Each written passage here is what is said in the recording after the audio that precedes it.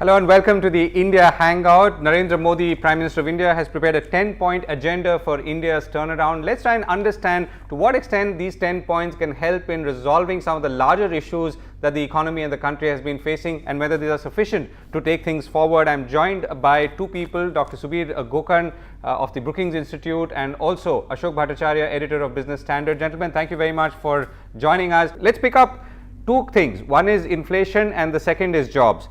Now, before we come to that, let me just take you through the 10 just so that we are all on the same page. The 10 mantras that Modi has put out. One is building confidence in bureaucracy. Second is education, health, water, energy, and roads. So broadly, infrastructure, physical, and social. The third is a mechanism for interministerial issues. Fourth is addressing concerns about the economy. Fifth is stability and sustainability in government policy. Broadly working better with bureaucrats is the next one. Then the transparency in governance, infrastructure and investment reforms, and implementing policy in time-bound manner. So before we get to that, do these 10 points give you the confidence that they will address these issues like inflation and jobs, which are some of the most critical issues, as you yourself have pointed out? Well, I think I will divide these 10 points into three broad categories.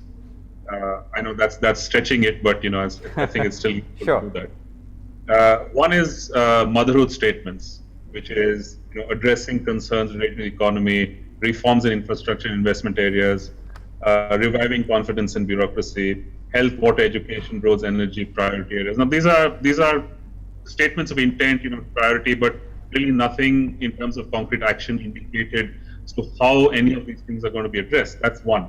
No problem there. This is a government that's not even a week old. Let's not get too ambitious about specifics here. Right. Second, which I think is very important, is the bureaucracy issue, the process issue. Those I think are very, very significant.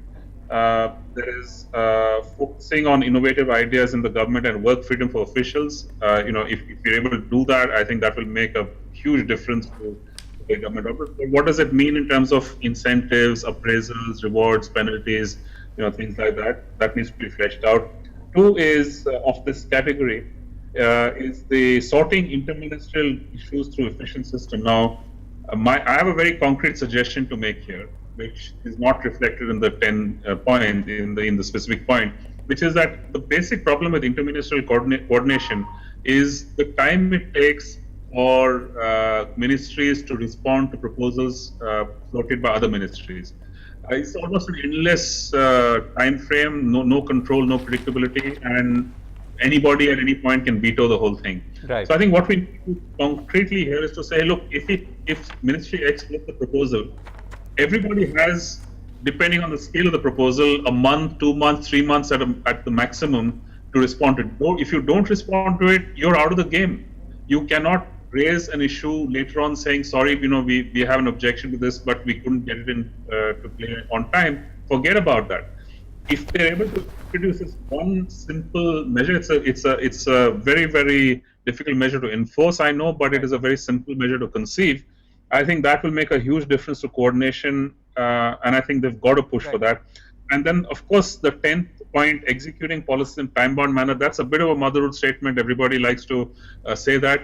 But if we're able to improve this coordination issue, I think execution will immediately benefit from that. So, Subir, I'll come to the inflation and jobs thing in a moment. Let me get AKB's point of view here as well. AKB, if you were to look at these 10 points, now obviously we have only that to start with at this point of time, nor should we expect too much.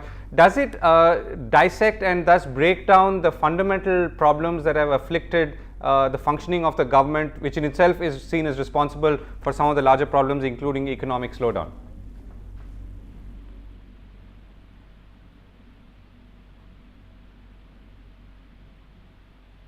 Right. Okay. I think we've lost AKB there. Let me come back. Subir, let me come back to you, and we'll circle back to AKB when we get him. So the next question, which sort of flowed from your answer, was now how does this fundamentally address the issues of inflation and jobs, which in our earlier conversation where you had listed as some of the key issues that need to be tackled by this government.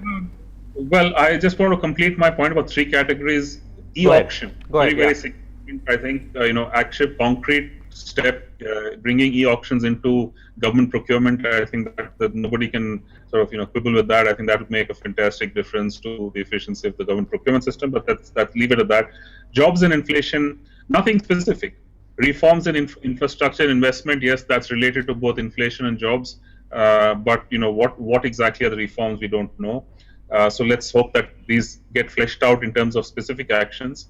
And the second is health, education, water and energy are obviously related to inflation and also perhaps to jobs in some way. But there are really, these are, as I said, the statements of intent, which I'm quite comfortable with, I would say. But to translate intent into results, you need to have an action plan, and this is too early in the game to be thinking action. So let's wait and see how these priorities, how these agenda items get translated into specific actions. I think what this does is to force ministries, and I hope they will respond to this pressure, to design their action plans in a way which directly links up to all of these priorities. That's the sort of framework which hopefully will be put in place by articulating the priorities in this fashion. Right. Okay. There's a question or rather comment from Swaminathan. He says ministers will start going to office now during UPA 2. Half the time the then railway minister was in Bengal. So anyway, so I mean, this is obviously, I mean, it's part fun, it's part serious. But is there a larger issue of ministerial focus and and focus of energy and commitment, which was an issue perhaps in the past because there was no clear administrative tightness, which perhaps might be there now, and will that make a difference, Subir? I think there has been this whole thing about the PMO, basically taking on the responsibility for all important policy matters, and also the expectation that the PMO structure will now be much stronger and deeper in terms of its ability to control other ministries. But you can't have the PMO substituting for ministers. I think that's a very important fact or a point that we have to recognize, that a strong PMO and a strong minister complement each other. That is the best possible combination to get things done. A strong PMO and a weak minister or an indifferent minister or somebody whose focus is on other issues doesn't necessarily translate into effective implementation. And of course, the worst possible combination is a weak PMO and a weak minister, and that is something that I think most people are ruling out in this dispensation. But the best combination is strong PMO, strong minister. I think in areas where we have that combination emerging, we will see the maximum progress in terms of reforms and action and implementation. But we've got to be sure we've got to ensure that this is as broad-based as possible, that it doesn't restrict itself to just a few domains. Right. So, Subir, I mean, we spoke immediately when it happened, but I mean, now that I'm sure you've had a chance to look at it, we've seen now the merged ministries and several, including transport, now transport and shipping. Now, is this a sign that, not a sign, I mean, is this something that is giving us confidence that things would be done differently? I mean, the fact that we at least have some merged ministries as opposed to more, I mean, as opposed to, let's say, maybe the ideal situation that was expected? Well, I think it certainly indicates intent to restructure government in a way which minimizes the sort of turf battles and jurisdictional conflicts and so on. But it's work in progress, I think. There is some sign that the government intends to do this, but I don't think in the 1 week that we've had to observe it, that the process, and again, I think we're just getting carried away with the need for speed here. I just to sort of cite a popular video game. It doesn't happen this way. There has to be thinking, there has to be design, there has to be consultation, there has to be all kinds of stakeholders being sort of appeased in some fashion. So intent and action, there is always going to be a lag. First signs on ministerial integration, I think, are sort of promising in terms of intent, but weak in terms of delivery. I certainly would have liked to see a much greater integration in the rural development, agriculture, food domain, but we don't have that. And I think issues like commerce and so on, where we have a huge role or a huge stake in the WTO process, the multilateral negotiation. We need a senior minister looking at commerce, not a minister of state. I think whoever the person may be should have the stature that puts him or her very much up in the ministerial hierarchy, because there's a global role there. All our commerce ministers, if you look back for the last 15, 20 years, have been relatively, people of high profile, and all of them have played some role, visible role in the whole multilateral negotiations. I think we need that kind of continuity there. Okay. But as I said, this is work in progress. I am presuming that this is not the final form of the government, that there will be chopping and changing, some streamlining, some rejigging. Let's wait and see how that plays out. Right. So, Ashok Bhattacharya, I think we've got him back. AKB, the question that I was asking you was, looking at these 10 points, is this giving you a sense that this government is ready to engage with the right problems that in some ways were responsible for some of the larger issues of the past, including economic slowdown? Govind, the way I look at these 10 points is that these are points that nobody can really have quarrels with. These are essentially, as Subir said, these are motherhood statements. Most of them are motherhood statements, and you can't really quarrel with them. Of the 10 points, what struck me as quite forward-looking and showing some commitment to bringing about change is the stress on promoting e-auction to push transparency. That I think will be the easiest task for this government. The framework is already in place in different ministries, but my understanding is that e-auction as a route, e-tendering, is something that was not being pursued vigorously. And I think that will bring about quick gains, efficiency, productivity, and also better decision making with reduced human interface. The second. Yeah, yes, go ahead, AKB. Yeah, the second point is which I thought was very important, but is fraught with problems, is ensuring work freedom for officials. Now, it's a good idea because if you think one of the problems the UPA government faced was policy paralysis, which was made worse by bureaucratic apathy and bureaucratic fear of taking a decision and getting into trouble. Now, for that you need legislative change. You just don't need the minister coming and saying, "Listen, take action, take decisions, and I will defend you." That is not good enough. As long as you have a CBI which is given directions by the Supreme Court to do many things. So therefore, the two specific commitments of the promises the 10-point agenda makes, one to my mind is easier to implement, which will bring immediate gains. The other one, mere statement will not be enough. You need legislative change to back up your promises. Right. So, when you say legislative change, AKB, where again, I mean, we are looking at a large set of problems that, and I'm talking about economic and maybe social as well, which of course is historical too. Yeah. Now, where would you like to see the quick changes? I mean, again, 100 days seems to be the time that most people are giving to this government to show demonstrable, not change perhaps, but demonstrable action. Everybody is praising this government for taking things very seriously and doing things with great speed. But let me point out to two announcements or indications that have come through from different ministries.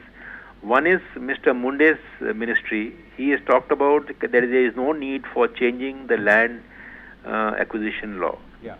I think this is a retrograde move. I think it is necessary that there are issues with the land law the way it has been framed, and it is understandable that the BJP was part of BJP supported this law when it was passed by Parliament, but now that it sees that industry is facing major problems with this law, it should be pragmatic and take a quick look at these clauses which are creating problems.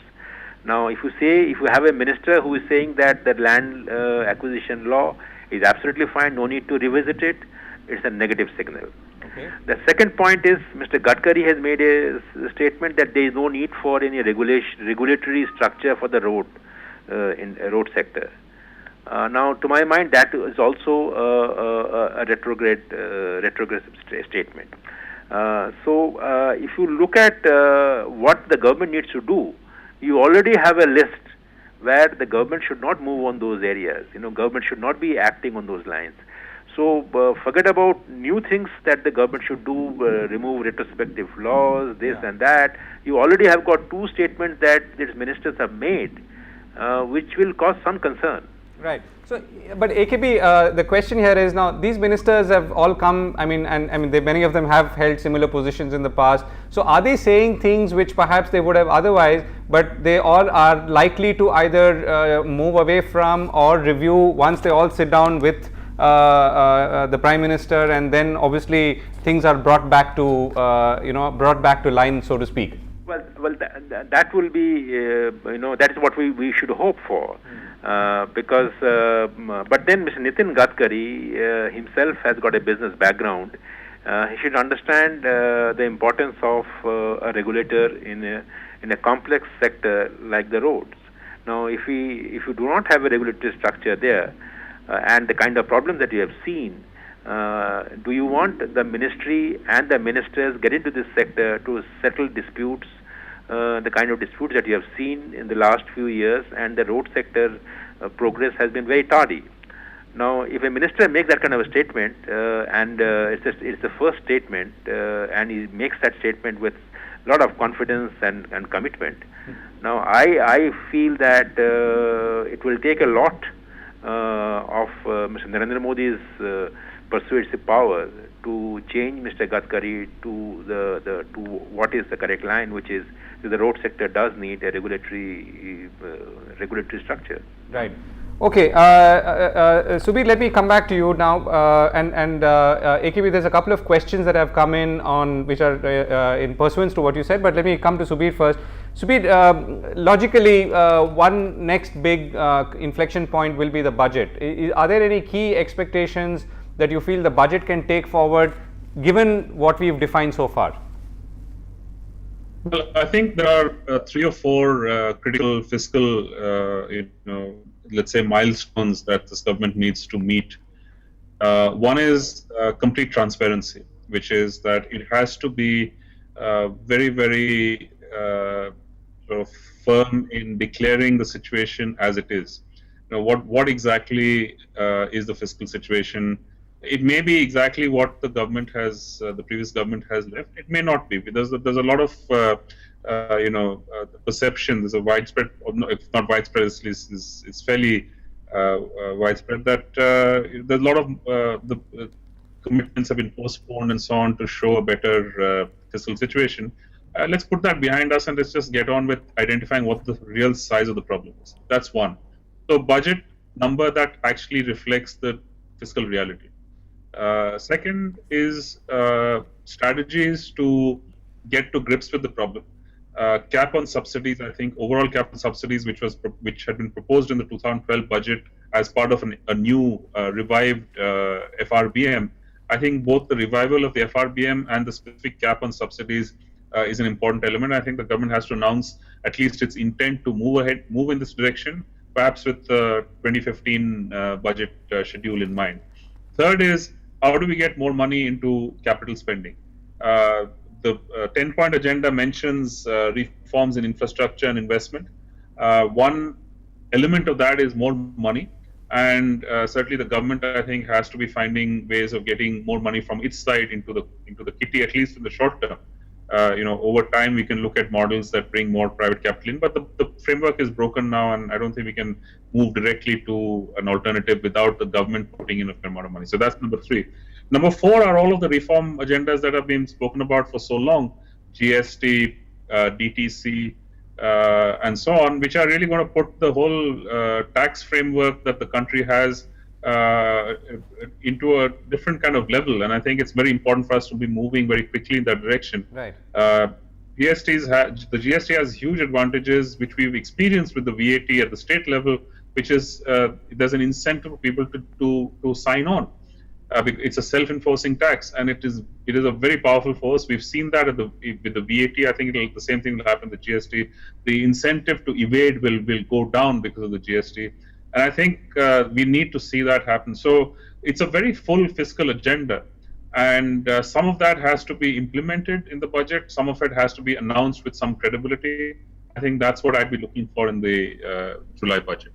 Right. So let me again try and attempt to link the 10-point agenda with some of these points. AKB, if I can come back to you, GST in DTC and at least GST, for instance, of course, there's already been hints to that effect, but it obviously requires a lot of coordination at a national level rather than just interministerial, which itself, as you point out, could be a challenging start point. So how do you see some of these areas moving forward? Well, GST does require the state's participation in full, but I don't think it will be a problem, or it will be so point with most of the states, because our understanding is that the groundwork has been completed. The broad understanding has been reached on how, barring petroleum, everything else can be covered under the GST framework. So I don't see much of a problem. The IT backbone, which is a key deliverable on any GST system, is something that the states will have to create. Now, a state which does not create that IT backbone to support the GST transactions, so to say, will be the ones who will not be able to take full advantage of the new taxation system. So I don't think, given the pace of work that you have seen in the last 3 days, the kind of consultation that the new finance minister has had with his team and with some of the state representatives based in Delhi, our understanding is this: work on GST has gone on in full steam, and you will see some announcements and some new deadline which will surprise us positively. That is on GST. The second point that we understand is that on the retrospective legislation, which was a problem area, which, as many people believe, was a starting point of the UPA government's decline as far as its credibility with the investors was concerned, is being handled. And as we talk, we understand the Vodafone lawyers are in consultation with the Ministry of Finance, and most probably the company will be withdrawing its arbitration notice, and things will move on, and you will see resolution. Is that breaking news? Well, you can say that. You can say that. So that's the advantage of talking to somebody from the newspaper. Okay. So I don't see, but the big point which Subir mentions is that it is very important for the new finance minister to present a budget that is credible. Because for the last 3 years or so, you have had budgets whose numbers have not sounded very credible, for the simple reasons that they don't take into account the actual spends that have been actually have to be incurred. So you have to account for the real the burden that the government has committed itself to under subsidies head or whatever. So I think the budget has to have that credible ring to it. And number two, the budget must give a clear game plan for what the government needs to do with the financial sector recapitalization. Because as we understand, the financial sector requires, according to some estimates, almost around rupees 8 lakh crore of extra capitalization over the next 5 years. Now, either the government doesn't have the money, so the government will have to put in place a kind of a ownership structure for the public sector banks, which allows them to access the market in some way or the other, so that the government's burden in capitalizing comes down substantially, so that money is free for the government to do things that the government needs to do, which is in health, education, and basic infrastructure.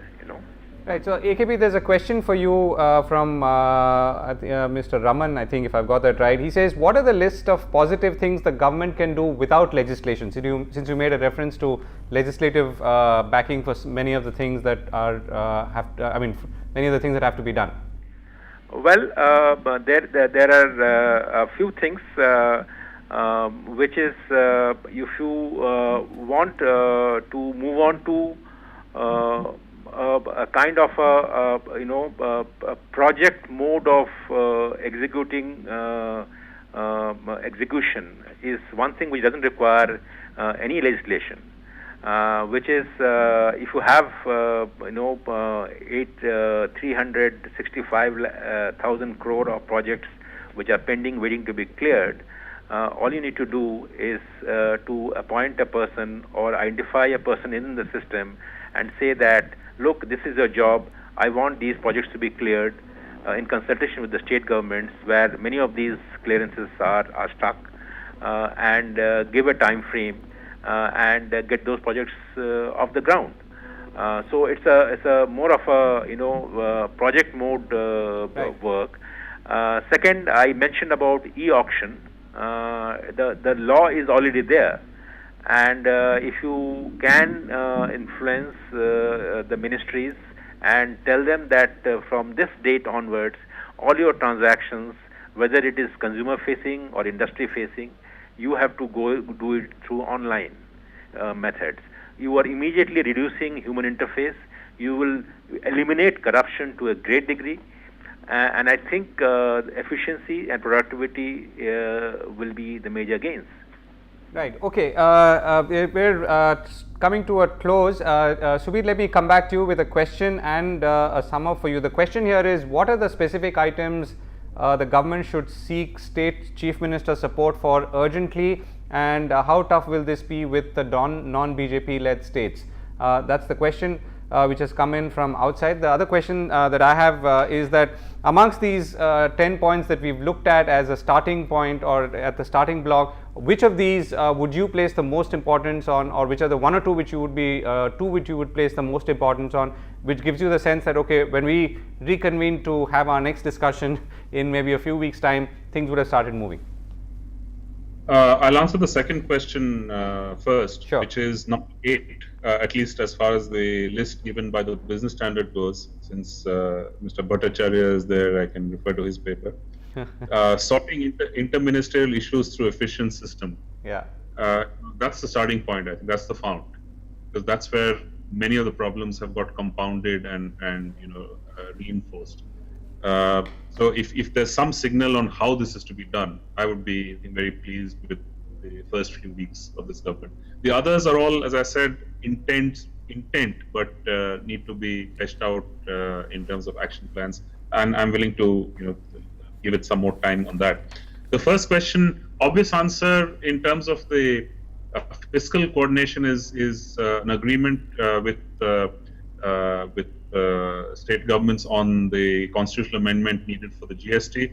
Now it is I suppose somewhat ironic that the two state governments that have been the most resistant to it are Gujarat and Madhya Pradesh, both ruled by the BJP.